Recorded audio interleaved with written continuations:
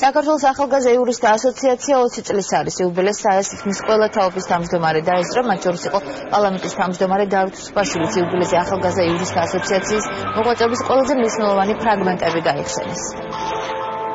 ამ 20 წლის განმავლობაში საიას ბევრმა თაობამ, ბევრმა წევრმა, ბევრმა თანამშრომელმა შეძლო და ძალიან მნიშვნელოვანი წვლილი შეიტანა, მე ვფიქრობ, ქვეყნის დემოკრატიზაციის პროცესში. საია ყველაზე ცნობად ორგანიზაციად დასახელდა საქართველოში და ჩვენ შევეცდებით ძალღონეს არ დავიშუროთ იმისთვის, რომ ეს წარმატებული სულა არ გაჩერდეს და გაგრძელდეს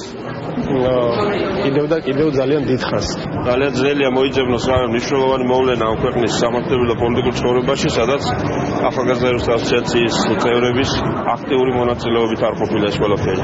ძალიან ხშირად ჩვენი არ ესმოდათ შესაძლოა ბევრი რამ არც ახლა ესმის ყველას, რატო ვიცავთ მაგალითად უფლებებს ადამიანების, რომლებიც შესაძლოა ყველას არ მოწონს. და ჯერაც კიდე პრობლემურია იმის დამკვიდრება, რომ ადამიანები ხელადისა მოგწონს თუ არ მოგწონს. როდესაც ეს ყველაფერი იწყებოდა, საქართველოში საერთოდ არ არსებობდა გაგება არასამთავრობო ორგანიზაციის, დემოკრატიული ინსტიტუტების, სამოქალაქო საზოგადოების. განღირებულია, რომ ეს ორგანიზაცია გადარჩა, საკუთარი მანდატის ერთგულია და 20 წლის შემდეგაც ისევე აგრძელებს საქმიანობას, როგორც ეს ჩვენ დროს.